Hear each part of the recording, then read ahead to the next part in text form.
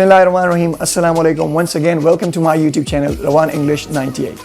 So, in today's video, we are going to be learning 3 words about the nose, and that too in 3 different languages. So, the first word is petite nose. Petite nose. So, petite nose is a nose which is quite, really slim, quite beautiful, and really smooth, right? So, in Pashto, we can call him Nazuk Apoza. Nazuk Apoza. And in Urdu, we can call it Nazuk Nak, right? So the next word is bent nose.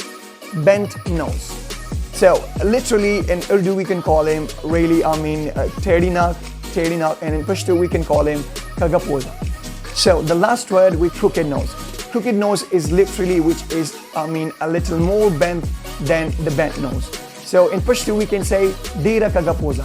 कले opoza dera ज़्यादा कगविशी. And in Urdu जब एक नाक बहुत ज़्यादा टेढ़ी हो जाते हैं तो उसको हम crooked nose कहते हैं. Thank you so much. I hope you guys will just like the video, just give it a thumbs up, and do subscribe to my channel and just share it in the